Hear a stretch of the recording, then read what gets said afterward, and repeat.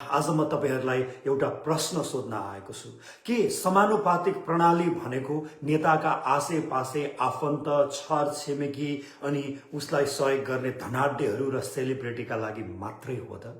यो प्रश्न तपाईलाई मात्रै हैन, तपाईका नेताहरूलाई पनि सोधिदिनु होला। यसको उत्तर पाउनका लागि तपाई आजभन्दा 20 वर्ष अगाडि फर्किएर जानुपर्छ।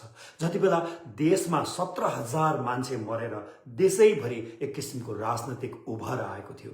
62-63 सालमा चाहिँ देशैभरिका मानिसहरू सडकमा आएका थिए। त्यसपछि कुना काप्चामा रहेका सदियौंदेखि पछाडि पारिएका दलित, जनजाति, आदिवासी, मुस्लिम, महिला, पिछडा वर्गहरूलाई राजनीतिको मूलधारमा ल्याउनु पर्ने त्यो बेलाको राजनीतिक दलहरूलाई चुनौती थपिएको थियो र आवश्यकता पनि थियो, समयको माग पनि थियो।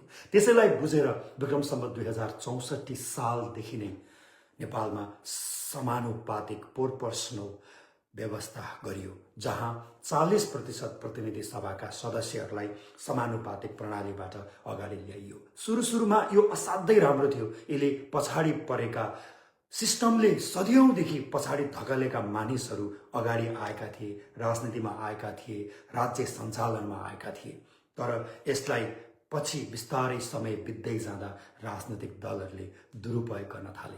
राजनीतिक दलका टाउके नेताहरूले आफ्ना आसेपासे पार्टीलाई पैसा दिने धनाढ्यहरू, प्रभावशालीहरू र आफ्ना प्यानलका खल्तीका मान्छेहरूलाई यहाँ ल्याउन थाले र उनीहरूलाई सांसद बनाउन थाले। यो क्रम अहिले पनि चलिरहेको छ र समानुपातिक प्रणालीको जनताले विरोध पनि गरिरहेका छन्। यसमा सुधार चाहेको छ र यसलाई नयाँ भनिएका वैकल्पिक शक्ति भनिएकाहरूले पनि यसको दुरुपयोग गर्न लागेको छ भनेर अहिले तीव्र आलोचना भइरहेको छ।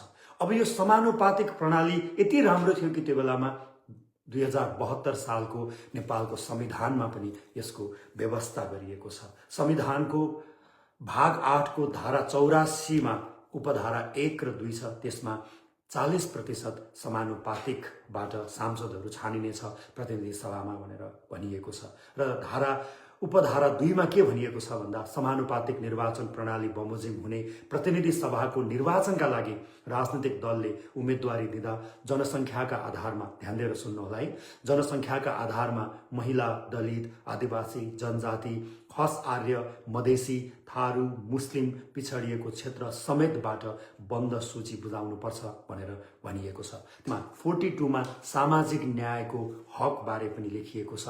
त्यसले पनि समानुपातिक प्रणालीलाई अझ व्याख्या गर्छ। आर्थिक, सामाजिक र शैक्षिक रूपले कमजोर भएका पछाडि परेका वर्ग समुदायलाई सामाजिक सिद्धान्तका आधारमा राज्यको निकायमा समावेश गराउनुपर्छ र त्यसको ग्यारेन्टी गर्नुपर्छ भनेर लेखिएको छ। तर समानुपातिक प्रणालीको यति पवित्र उद्देश्यलाई कुठाराघात गर्दै, तिलाञ्जली दिँदै दलहरूले त्यसलाई दुरुपयोग गर्न थालेका छन्। पछाडि परेका व्यक्तिहरूलाई पनि दलहरूले अगाडि ल्याउनुपर्छ। केवल क्रिम मान्छेहरूलाई, टाठाबाठा मान्छेहरूलाई मात्रै ल्याउने होइन।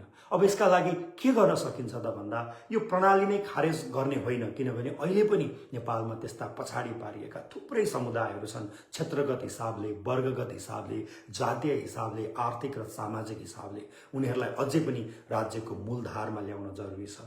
उनीहरू कुनै न कुनै हिसाबले जनताबाट टेस्टेड हुनु पर्यो। कलाकार हो चिन्छ, धनाढ्य हो चिन्छ भन्ने होइन। उनीहरूलाई चिन्छ, प्रभावशाली छ भन्दैमा जनताले पत्याउँछन्, जनताले अनुमोदन गर्छ भन्ने होइन। कम्तीमा उनीहरूको केही न केही एउटा चाहिँ प्राइमरी भोटिङ हो कि वा जनताको राय मागेर केही न केही हिसाबले ती व्यक्तिहरू जनताको आँखामा, जनताको कठघरामा टेस्टेड हुनुपर्छ। अनि मात्रै दलहरूले त्यस्ता व्यक्तिलाई समानुपातिकको बन्द सूचीमा राख्यो भने केही हदसम्म न्यायपूर्ण हुन सक्छ।